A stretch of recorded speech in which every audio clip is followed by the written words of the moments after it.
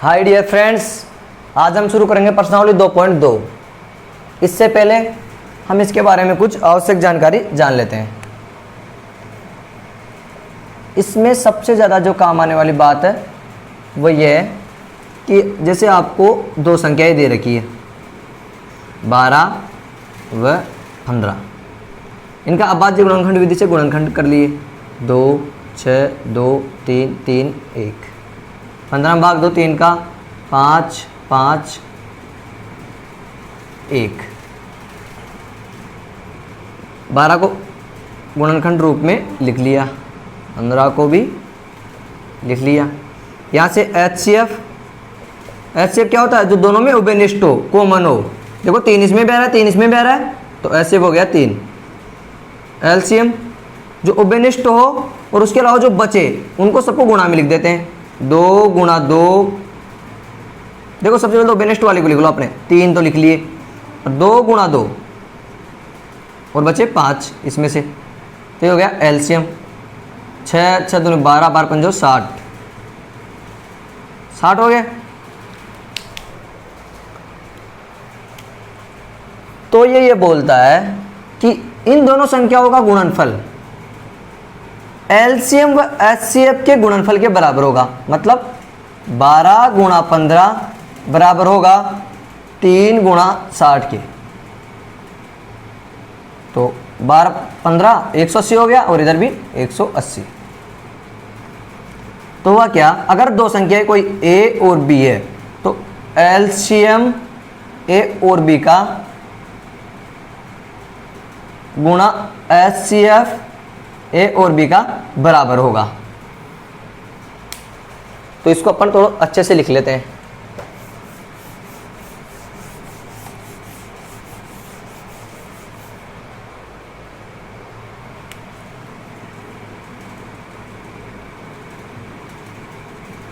दो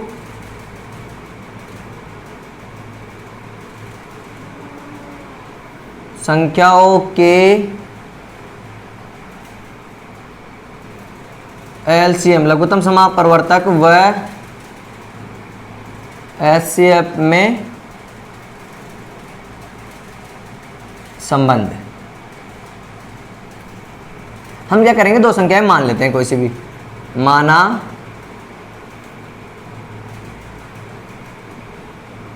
दो संख्याएं A व B है, तब A cross B is equal to LCM of A comma B गुणा HCF of A comma B। देखो इसको थोड़ा अच्छे से लिख लेते हैं। मानो कभी ज़्यादा संख्या हो, दी गई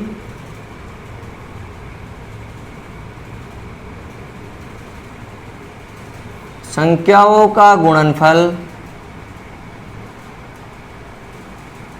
फलन इज इक्वल टू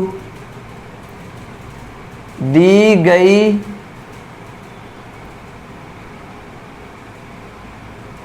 संख्याओं का LCM गुणा दी गई संख्याओं का HCF। एक तो आपको ये बात ध्यान रखनी है, बस भाई दो संख्या है, उनका HCF व LCM का गुणनफल भी उनके गुणनफल के बराबर होगा। एक प्रमेय जो आपको पता तो पहले से है, लेकिन शाब्दिक रूप में पता नहीं है। प्रमेय क्या है? प्रमेय ये है कि आप किसी भी भाज्य संख्या को, जैसे कोई भाज्य संख्या चुन लिए जी 15, इसको आप अभाज्य संख्या के रूप में लिख सकते हो, अभाज्य संख्याओं के गुणनफलन के रूप में। जैसे 15 में दिए हम 3 का भाग 5 आया, 5 में दिए 1 का, तो 15 को क्या लिख सकते हैं? 3 गुणा 5। ये भी क्या है? अभाज्य संख्या। ये भी क्या है? अभाज्य संख्या। लेकिन 15 क्या है? भाज्य संख्या। एक और एग्जाम्पल ले लो, 24 ले लो। 24 में 2 का भाग 12, 2 का भाग 6, 2 का भाग 3, 3 का भाग 1।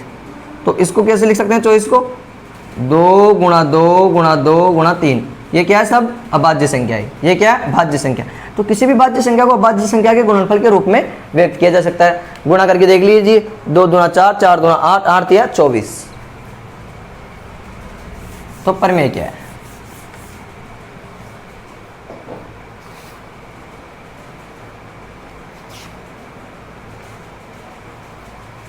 प्रमेय है प्रत्येक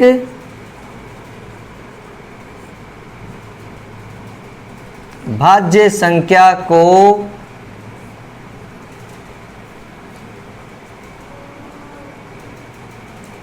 अभाज्य संख्याओं के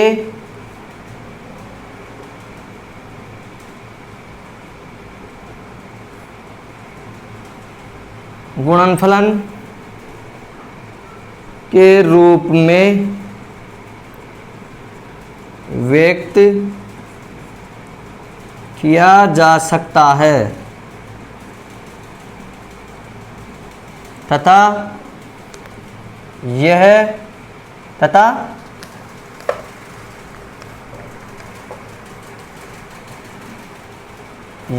गुणनखंडन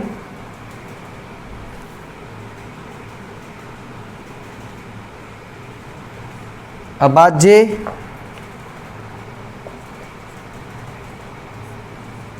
गुणनखंडों के आने वाले क्रम के बिना अद्वितीय होता है। इस पर आधारित एक एग्जाम्पल है, उसको हम करेंगे। पहले आप इसको नोट कर लीजिए।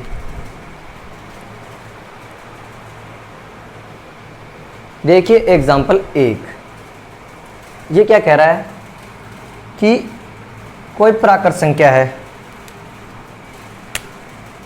n।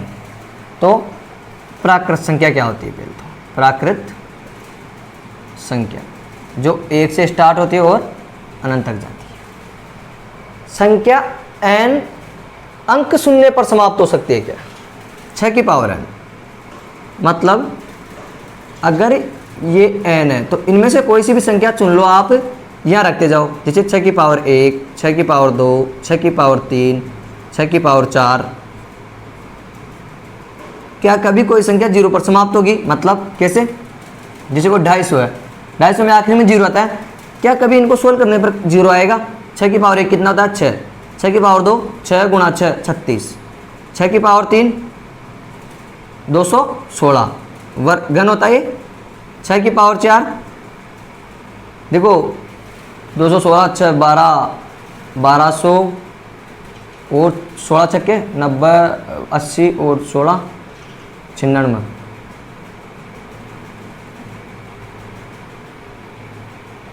1200 16 5 80 16 छक्के 96, 1296 के करीब आएंगे। तो क्या इनमें से किसी भी संख्या के अंत में 0 आ रहा है? नहीं। तो मैं इसको देखो एक और चीज़ समझा देता हूँ मैं इसमें आपको। 6 के अभाज्य गुणनखंड कीजिए 3 1।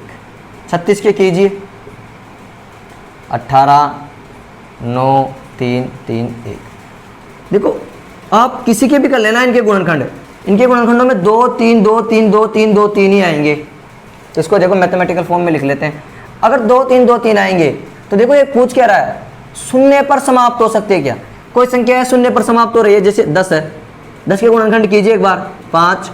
तो हमेशा 10 के गुणनखंड में 5 जरूर आएंगे। मतलब 0 पर समाप्त होने वाली संख्या के गुणनखंड में 5 जरूर आते हैं। कोई भी संख्या चुन लो दुनिया की, जैसे मान लो चुन लिए 250। 250 में 5 का भाग जाता है, जाएगा। और चुन लो आप, आखिर में 0 आए। 70 चुन लिए, 70 में 5 का भाग जाता है जी 1 2 4, 14 बार जाएगा। तो हर संख्या जो शून्य पर समाप्त होती है उसमें 5 का भाग जाता है, अर्थात 5 उसका एक अभाज्य गुणनखंड होता है। क्या यह गुणनखंड होगा? नहीं तो शून्य पर समाप्त नहीं होगी। इसको मैथमेटिकल फॉर्म में लिखना है। सॉल्यूशन, हम जानते हैं कि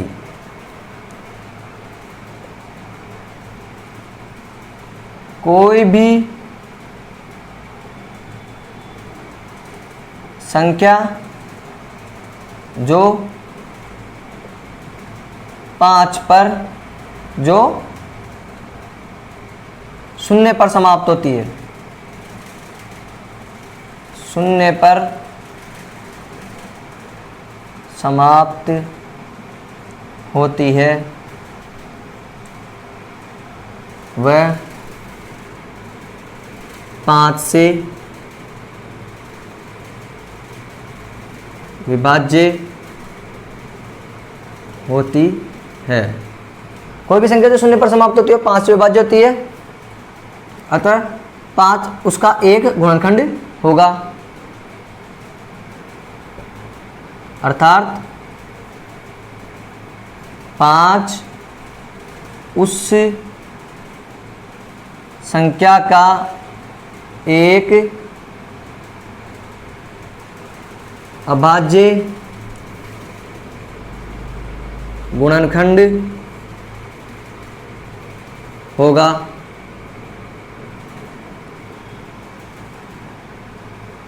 जबकि 6 की पावर n के गुणनखंड इस प्रकार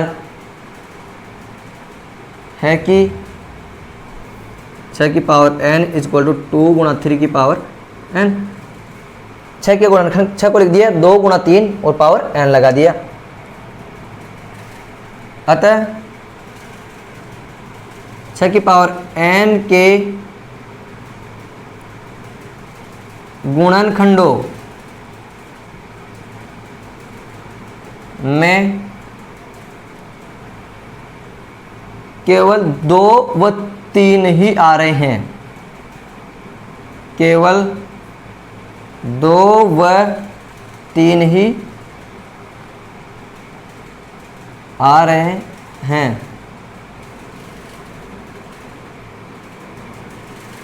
जबकि इसका एक गुणनखंड क्या होना चाहिए था? 5, लेकिन 5 नहीं है। अर्थात 6 की पावर n, अर्थात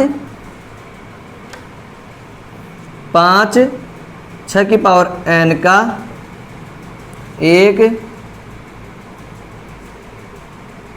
गुणनखंड नहीं है। अतः 6 की पावर, अतः ये लिख दो, अतः किसी प्राकृत संख्या n के लिए संख्या 6 की पावर n अंक शून्य पर समाप्त नहीं हो सकती। अतः किसी प्राकृत संख्या n के लिए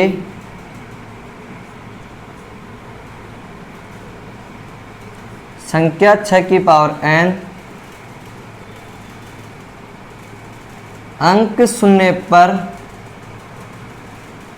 समाप्त नहीं हो सकती है। हमें एक रीज़न लिखना था भाई, इसमें 5 का भाग नहीं जाता है, इसका 5 एक अभाज्य गुणनखंड नहीं है, अतः ये 6 की पावर n कभी भी शून्य पर समाप्त नहीं होगी।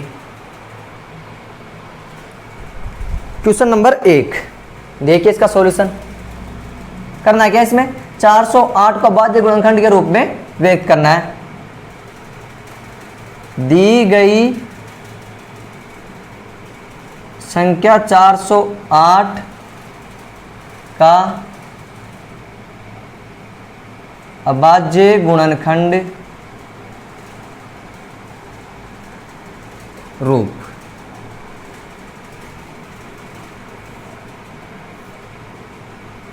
चार सौ आठ, 2 का भाग 2, 2 0 4, फिर 2 का भाग 2, 1 0 2, फिर 2 का भाग 2, 5 1, फिर 3 का भाग जाएगा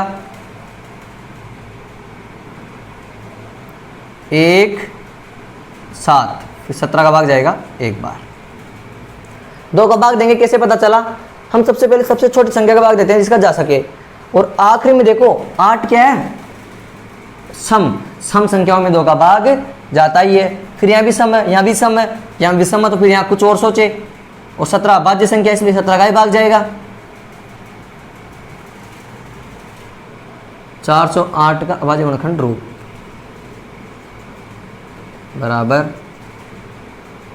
2 गुणा 2 गुणा 2 गुणा 3 गुणा 17। तो ये क्या है इसका अभाज्य गुणनखंड रूप। इसको नोट कर लीजिए।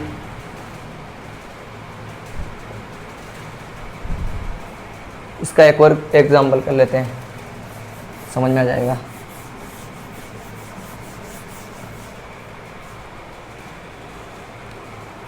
छोटा कर लेते हैं इसका एक 38 25।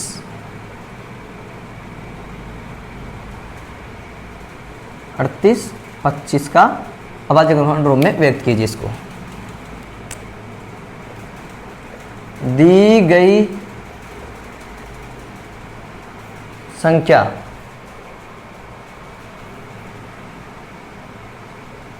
का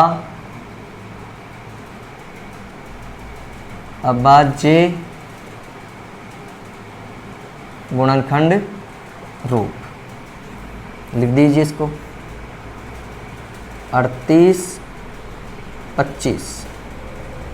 देखो आखिरी में 5 आ रहा है तो 5 का भाग जाएगा ही जाएगा। 5 का दीजिए।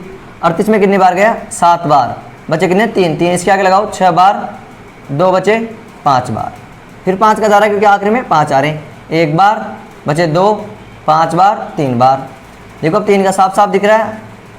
15 में जाता है 5 बार, 1 बार, 3 का जाएगा ही। 17 थे 51, 17 में 1 बार। तो ये हो गया। और इसको फैक्टराइजेशन मेथड में लिख दो। 38 25 बराबर 5 गुणा 5 गुणा 3 गुणा 3 गुणा, अरे हाँ देखो मैंने यहाँ ये 3 का नीचे दिया है जबकि 3 का यहाँ देना चाहिए था, तो यहाँ दे लिए, इससे कोई दिक्कत नहीं है। अभाज्य है, लेकिन अपन क्या करते हैं जब हमें पता है भाई 3 का जा रहा है तो हम ऊपर ही दे लेते हैं इसका भाग। उससे क्या रहेगा, हमारा एक मेथड सही रहेगा, वरना ऐसे भी कोई दिक्कत नहीं है। तो हम ऐसे भी लिख सकते हैं, वैसे उसकी तो ओड ही नहीं हो। 3 का भाग 2 1 बार, 8 में गया 2 बार, यहाँ कितने बचे 2, 22 हो गए। 22 में 7 बार, यहाँ बचे 1, 5 बार। क्या अब 3 का भाग जा रहा है? देखते हैं, जा रहा है जी। 12 में 4 बार, 7 में 2 बार, 1 बार। अब नहीं जाएगा। 5 का भाग देते हैं 8 बार, बचे 2, 25 85। 5 का भाग 2 1 बार, बचे 3, 17 बार, 17 1। 38 25 3 गुणा 3 गुणा 5 गुणा 5 गुणा 17। ये इसका भाज्य गुणनखंड रूप नोट कर लीजिए। क्वेश्चन नंबर 2 का पहला देखिए सॉल्यूशन। देखो इसमें 2 संख्याएं दे रखी है, उनका एचसीएफ और एलसीएम ज्ञात करना है और उनको सत्यापन करना है। सत्यापन में क्या होता है, ए गुणा बी बराबर एलसीएम गुणा एचसीएफ। अगर दोनों बराबर है तो हमारी की बात सही है, वरना गलत है। हमने जो कैलकुलेशन की है वो कहीं ना कहीं गलत है। और एचसीएफ और एलसीएम फाइंड आउट करना है किस विधि से? देखो अपने पास एचसीएफ की तो एक और विधि है, यूक्लिड विभाजन विधि, लेकिन एलसीएम की नहीं है, तो अपन को अभाज्य गुणनखंड विधि से काम करना है। दी गई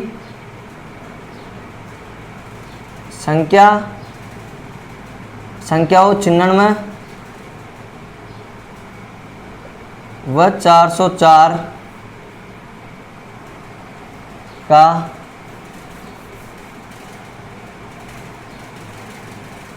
अभाज्य गुणनखंड रूप।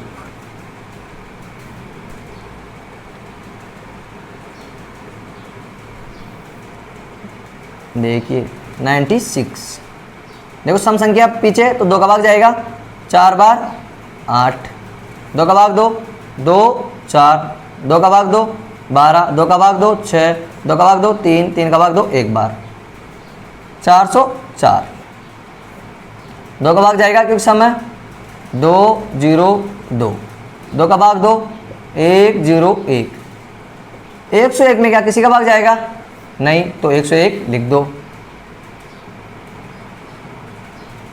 इसको गुणनफलन के रूप में लिख लो, भाज्य गुणनखंडों के। 2 2 2 5 बार, 1 2 3 4, 1 2 3 4 5 गुणा 3, 404 को लिखेंगे 2 गुणा 2 गुणा 101।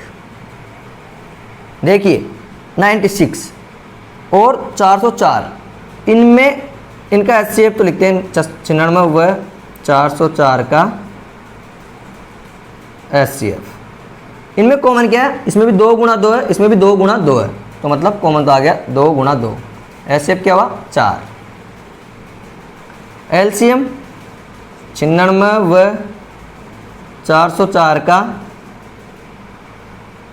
LCM। देखो जो कॉमन है उसको तो ऐसा का ऐसा एक बार लिख लो, बाकी सबको गुणनफलन के रूप में लिख दो। ऊपर क्या क्या बच रहा? 2 2 3 बार गुणा 3, नीचे क्या बच रहा? 101। इनको गुणा कीजिए, 2 दूना 4, 4 दूना 8, 8 दूना 16, 16 दूना 32, 32 तिया 30, 30 99, 99 गुणा 101 गुणा 101, 6 0 6 9 0 9, 6 9 6 9, तो कितना है LCM? 96 96। सत्यापन करना है अभी, तो मैं सत्यापन यहीं कर देता हूं। सत्यापन, सत्यापन के लिए क्या करेंगे? दोनों संख्याओं का गुणनफल, देखो इसमें किताब में जिस फॉर्म में दे रखा है उसी में लिख लेते हैं।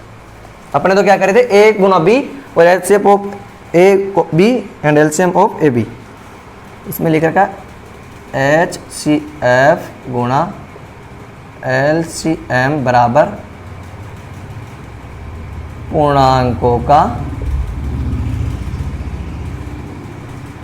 गुणनफलन। ठीक है, HCF क्या आया? HCF आया हमारे पास 4। LCM क्या आया? LCM आया 1 99 99,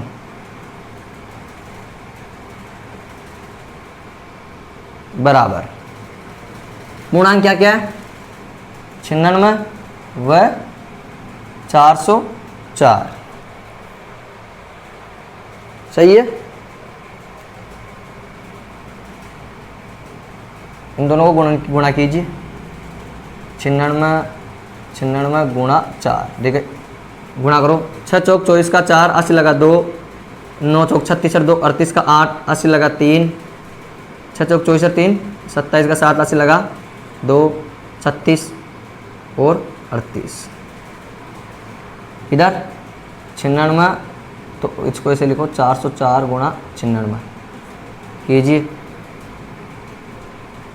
6 चौक 24 का 4, 80 लगा 2, 2 6 चौक 24, 6 चौक 36 का 86 लगा 3, 6 चौक 36, 4 8 7 8 3 38 784। दोनों साइड क्या लिख देंगे?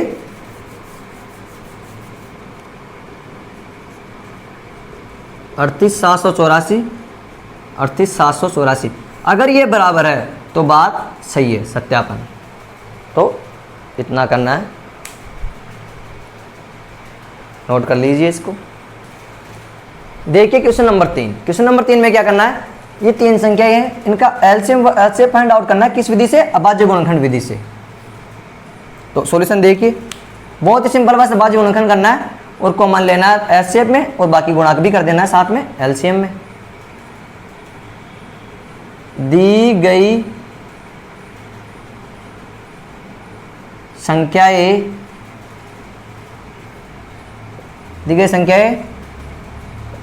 12, 15 व 21 का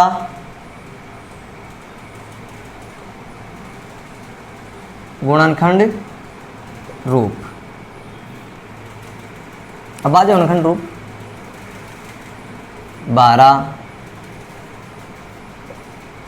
15, 21, 2 का भाग दीजिए 6 बार, 2 का भाग 2 3 बार, 3 का भाग 2 1 बार, 3 का भाग 2 5 बार, 5 का भाग 2 1 बार, 3 का भाग 2 7 बार, 7 का भाग 2 1 बार।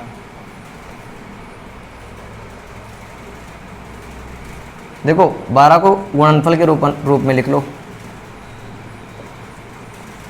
3 गुणा 5, 21 इज इक्वल टू 3 गुणा 7। 12, 15 व 21 का HCF क्या होगा? इनमें कॉमन क्या आ रहा है? देखो 2 इसमें आ रहा है लेकिन इन दोनों में नहीं आ रहा, 5 इसमें आ रहा है लेकिन इन दोनों में नहीं आ रहा, 7 इसमें आ रहा है लेकिन इन दोनों में नहीं आ रहा, तो 3 ही कॉमन आ रहा है ओनली। 12, 15 व 21 का LCM 3 तो ऐसे कैसे लिख दो? ऊपर बच रहा क्या है? 2 गुणा 2, इसमें क्या बच रहा है? 5, इसमें क्या बच रहा है? 7। इसको गुणा कीजिए, 3 दूना 6, 6 दूना 12, 12 पंजो 60, 60 साते 6 साते 20 यानी 420।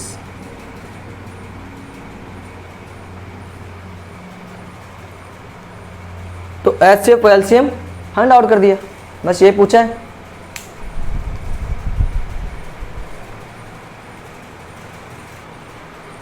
क्वेश्चन नंबर 3 का तीसरा देखिए, इसमें क्या होता है? इनका भी HCF ज्ञात करना है और किस विधि से? अभाज्य गुणनखंड विधि से। दी गई संख्याएं, ब्लू पेन्स, दी गई संख्याओं 17, 23 और 19 का अभाज्य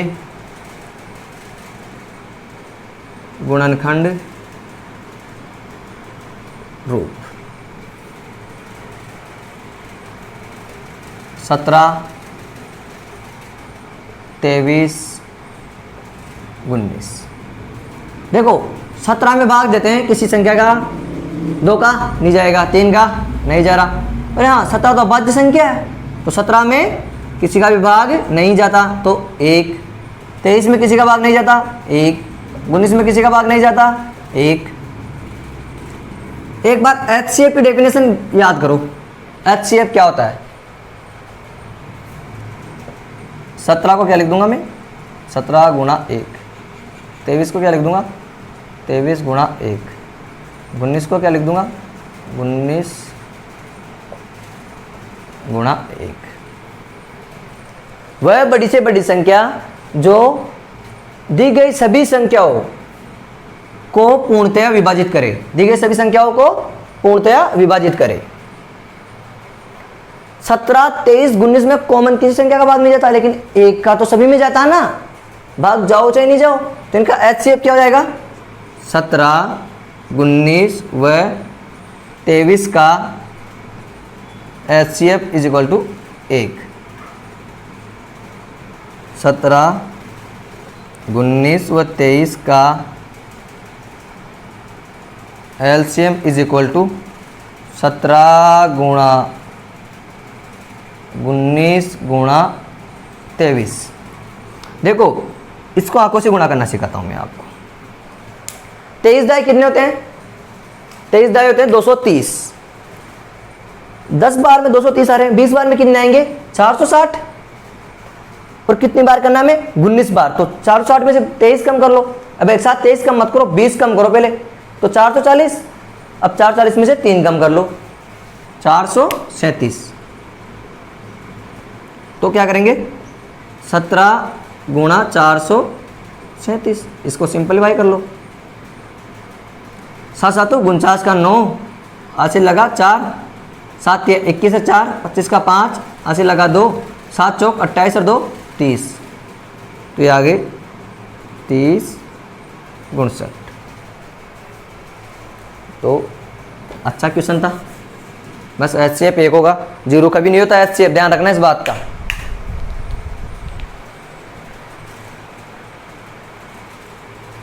क्वेश्चन नंबर 4 देखिए, देखो मैं आपको पढ़ के सुनाता हूं। किस खेल के मैदान के वर्ताकार पथ पर मैदान का एक चक्कर पूरा करने में रमन को 18 मिनट लगते हैं, जबकि वर्ताकार मैदान का एक चक्कर पूरा करने में अनुप्रिया को 12 मिनट लगता है। माना दोनों एक ही स्थान से एक ही समय पर चलना प्रारंभ करते हैं तथा एक ही दिशा में चलते हैं, तो बताइए कितने समय बाद दोनों पुनः प्रारंभिक स्थान पर मिलेंगे।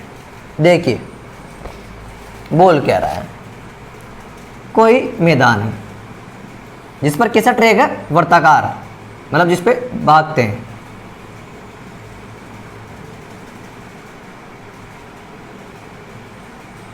ठीक है, इस पर माना यहां से रमन व अनुप्रिया भागना शुरू करते हैं।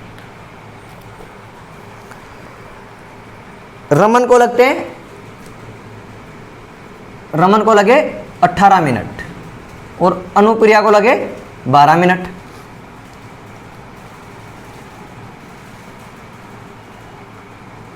दोनों पुनः प्रारंभिक स्थान पर कब मिलेंगे। ठीक है जी। अब देखो अनुप्रिया यहां से माना हुआ 0 सेकेंड पर चलना प्रारंभ करेगी, तो उसको 0 मान लेंगे। 12 मिनट बाद में अनुप्रिया कहाँ होगी, यहाँ। कितने मिनट बाद में, 12 मिनट बाद में। रमन 12वें मिनट तक कहाँ होगा, कहीं यहीं होगा। अभी तक तो 18 मिनट में आके पूछेगा वह, तो वो आएगा 18 मिनट में। जब तक अनुप्रिया कहाँ आ चुकी होगी, आधे यहाँ। फिर रमन आएगा वापस से 36 मिनट में यहाँ। अनुप्रिया क्या करेगी, 24 में तो यहाँ आ गई और एक और राउंड लगा देगी इतनी सी देर में, तो ये 36 तक। तो जब तक रमन 2 राउंड लगाएगा, अनुप्रिया कितने लगा चुकी होगी, 3 राउंड, क्योंकि वो 12 में भाग रही है। एक 12 में हो गया, दूसरा 24 में हो गया, तीसरा 36 में हो गया। लेकिन रमन एक 18 में करा, दूसरा 36 में करा। मैं आपको HCF और LCM की एक बात बताता हूं। जैसे मानो ये 12 और 36 ही ले लेते हैं, कितने, 12 और 18। HCF तो क्या होता है, मैं तुम्हें फिर बता रहा हूं, वह बड़ी से बड़ी संख्या जो इन दोनों को विभाजित करे।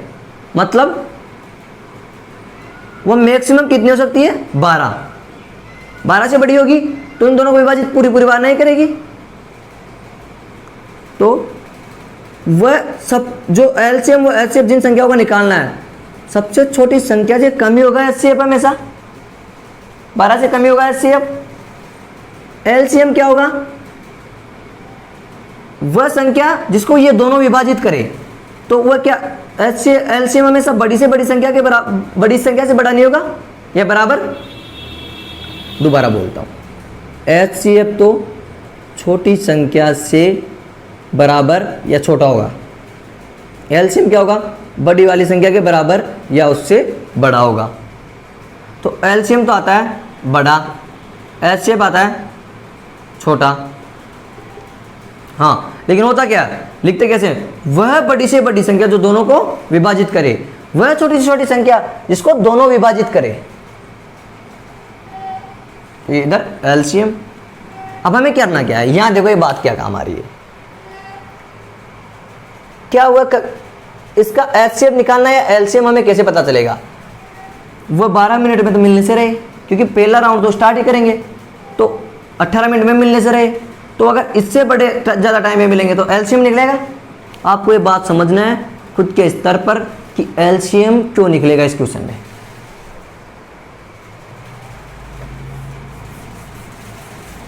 और अगर ये बात समझ नहीं आए तो फिर एक बार बिल्कुल अलग अंदाज में बता देंगे, कमेंट बॉक्स में कमेंट कर देना। क्वेश्चन नंबर 4, इसको देखिए कैसे लिखेंगे।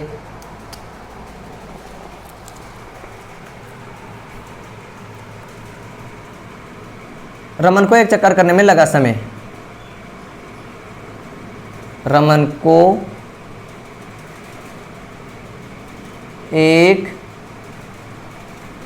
चक्कर लगाने में, हाँ तो देखिए सॉल्यूशन। रमन द्वारा एक चक्कर लगाने में लिया गया समय बराबर 18 मिनट। अनुप्रिया द्वारा एक चक्कर लगाने में लिया गया समय 12 मिनट। अनुप्रिया द्वारा एक चक्कर लगाने में लिया गया समय बराबर 12 मिनट। देखो रमन एक चक्कर को लगाता है 18 मिनट में, अनुप्रिया 12 मिनट में। जब तक रमन 2 चक्कर लगाएगा 36 मिनट में लगेंगे। अनुप्रिया 3 चक्कर लगा चुकी होगी 36 मिनट में, और दोनों एक ही जगह मिल जाएंगे। दोनों का पुनः प्रारंभिक स्थान पर मिलने का समय बराबर LCM ऑफ 18 एंड 12। 18 2 का भाग 2, LCM निकालना तो आपको अच्छे से आता है। 3 3 1 12, 2 का भाग 2 6, 2 का भाग 2 3, 3 का भाग 2 1। 18 को गुणनखंड रूप में लिख दो, 12 को 2 गुणा 2 गुणा 3। 18 व 12 का एलसीएम 2 गुणा 3, 2 गुणा 3, 2 गुणा 3। ऊपर वाला क्या बचा? 3 बचा, नीचे क्या बचा? 2। ये कितने हो गए? 36। रमन व अनुप्रिया द्वारा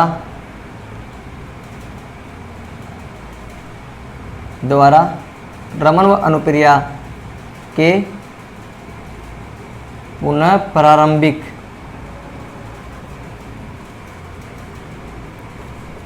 स्थान पर मिलने का समय 36 मिनट होगा। नोट कर लीजिए इसको। फिर हम करेंगे क्वेश्चन नंबर 5।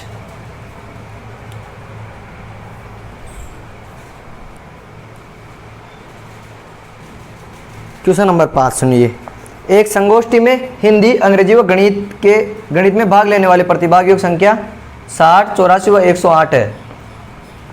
यदि प्रत्येक कमरे में बराबर संख्या में एक ही विषय के प्रतिभागी बैठाए जाते हैं तो कमरों की न्यूनतम संख्या ज्ञात कीजिए।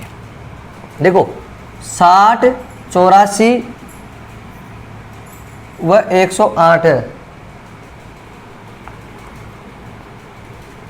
अब ये कोई स्टूडेंट्स है, जैसे ये तो है हिंदी के, ये है इंग्लिश के, ये है मैथमेटिक्स के।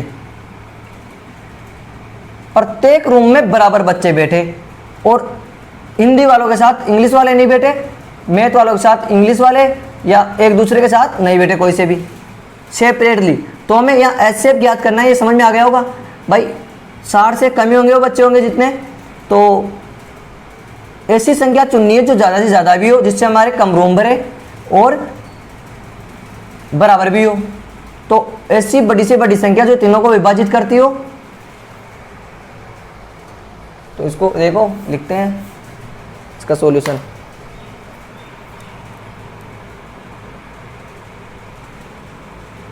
हिंदी, अंग्रेजी, गणित।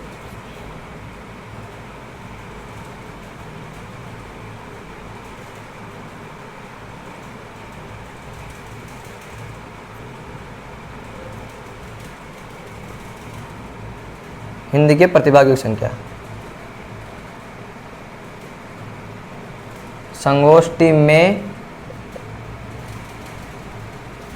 हिंदी के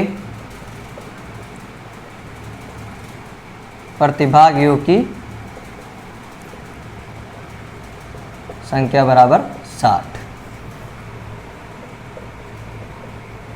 संगोष्ठी में अंग्रेजी के प्रतिभागियों की संख्या बराबर कितनी होगी? 84। संगोष्ठी में गणित के प्रतिभागियों की संख्या कितनी है? 108। तो इनके बच्चों को इस हिसाब से बैठाना है कि सभी रूम्स में बराबर बच्चे बैठे और कोई भी हिंदी वालों के साथ अंग्रेजी वाले, गणित वाले नहीं बैठे, एक सब्जेक्ट में दूसरे सब्जेक्ट वाले ना बैठे। तो हमें एचसीएफ याद करना है। आवश्यक कमरों की न्यूनतम, देख लो, कम से कम न्यूनतम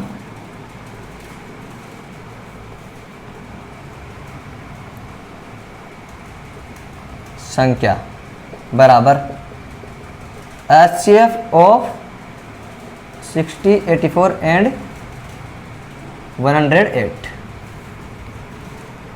तो HCF याद करने के लिए क्या करेंगे? ये तो हमें बहुत अच्छे से आता है। 84, 108, 2 का भाग 2 कितनी बार गया? 30 बार, फिर 15 बार, फिर 3 का 5 बार, 5 का 1 बार, 2 का भाग 2 4, 2 21, 3 का 7 बार, 7 का 1 बार, 2 का भाग 2 54 बार, 2 का भाग 2 2 7, 3 का भाग 2 9 बार, 3 का भाग दिए 3 बार, 3 का भाग दिए 1 बार। इनको 60 को गुणनखंड रूप में लिखे 2 गुणा 2 गुणा 3 गुणा 5। 84 को 2 गुणा 2 गुणा 3 गुणा 7। 108 को 2 गुणा 2 गुणा 3 गुणा 3 गुणा 3। HCF क्या होता है? 60, 84 व 108 का HCF। HCF क्या होता है? जो तीनों में उभयनिष्ठ हो। देखो 2 गुणा 3 इसमें भी आ रहे हैं, 2 गुणा 2 गुणा 3 इसमें भी आ रहे हैं, 2 गुणा 2 गुणा 3 इसमें भी आ रहे हैं। तो 2 गुणा 2 गुणा 3 बराबर 12। तो यही होगी HCF। तो आखिर में एक लाइन लिख दो। अतः ये तो कितने कि भाई एक रूम में आप कितने स्टूडेंट बैठा सकते हो? अभी तो आंसर नहीं आया है, ये तो HCF है। एक रूम में कितने बच्चे बैठेंगे? तो 60 बच्चों को बैठाने के लिए कितने रूम चाहिए होंगे? अतः कुल कमरों की संख्या बराबर 60 प्लस 84 प्लस 108 बटा 12। देखो इसके लिए कितने रूम चाहिए हमें? 5। इसके लिए 12 7 84, 12 8 12 नाम का 108। तो मतलब 5 7 9, 12 12 के भाग देंगे तो इन तीनों को जोड़ के भाग दे दो, कितने आ जाएंगे आंसर? 5 और 7 12 9 21 रूम। 21 कमरे कितने चाहिए हमें? 21 कमरे। तो यही है इसका सॉल्यूशन। धन्यवाद।